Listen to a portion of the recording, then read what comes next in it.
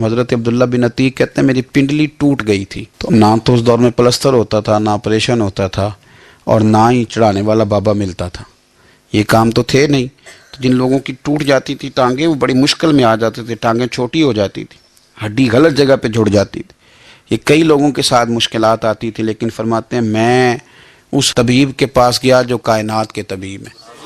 یہ روایت آپ کو بخاری مسلم میں ملے گی۔ حضرت عبداللہ ابن عتیق کہتے ہیں جا کے حضور کے سامنے میں نے اپنی ٹانگ کو رکھا، نبی پاک نے اس پہ دست کرم پھیرا، میرے رب نے شفا عطا کر دی۔ حضرت اسید ابن حدیر رضی اللہ تعالیٰ عنہ فرماتے ہیں ساری عورتیں مجھے کالا کہتی تھی، میرا رنگ کالا تھا، بھولے آدمی تھے سیدھے سادے، جا کے دروازہ رسول پہ کہنے لگے حضور عورتیں کالا کالا کہتی، محلے کے بچے تنگ کرتے ہیں، کرم نوازی کریں۔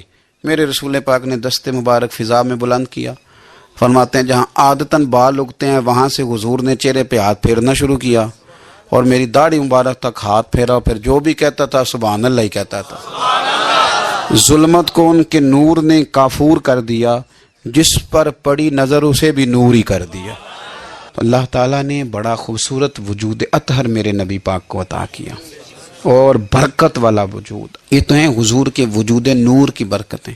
آج کس چیز کی برکت ہوگی؟ آج ہمارے گھروں میں ذکر رسول کی برکت ہوگی۔ ہمارے ایک بہت بڑے عالم گزرے ہیں پاکستان میں، سید ابو البرکات شاہ صاحب، مفتی اعظم پاکستان تھے، اور یہ اعلیٰ حضرت بریلوی کے خلیفہ تھے، اور یہ اہل سنت میں مواحد اور خوبصورت ہستی تھی کہ جن پر سارے علماء بڑی آسانی سے گردن رکھ دیتے تھے، کہتے تھے سید صاحب جو کہہ دیں گے وہ حرف آخر ہے، سب مانتے تھے۔ آپ کو پتہ ہے جب انسان کی آخری عمر آتی ہے تو پھر وہ چیزیں تلاش کرتا ہے جس کی اس کی آخرت کی منازل آسان ہو۔ تو سید صاحب آخری عمر مبارک میں ایک کتاب ہے شاہ عبد الاقصی محدث دہلوی کی مدارج النبوہ، اس میں حضور کے معجزات لکھیں، نبی پاک کی شانیں لکھیں۔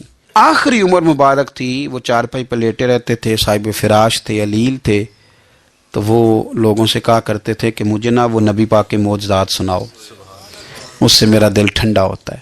وہ کتاب لے آؤ مدارج النبوہ، میرے پاس بیٹھ کے پڑھو، تم جب حضور کے معجزات کا ذکر کرتے ہو تو اللہ تعالیٰ میرے دل کو سکون عطا کرتا ہے۔ تو یہ حضور کے فضائل، خصائل، شمائل، نبی پاک صلی اللہ علیہ وسلم کی عزت کا، حضور کے اکرام کا، معجزات کا تذکرہ، یہ مومن کے دل کا قرار ہے۔ جب ہم اپنے گھروں کے اندر بیٹھ کے ان تذکار کو چھیڑتے ہیں تو اللہ تعالیٰ ہمارے حال پہ بڑی رحمت فرماتا ہے، ہمارے لیے رب کریم آسانیاں فرماتا ہے۔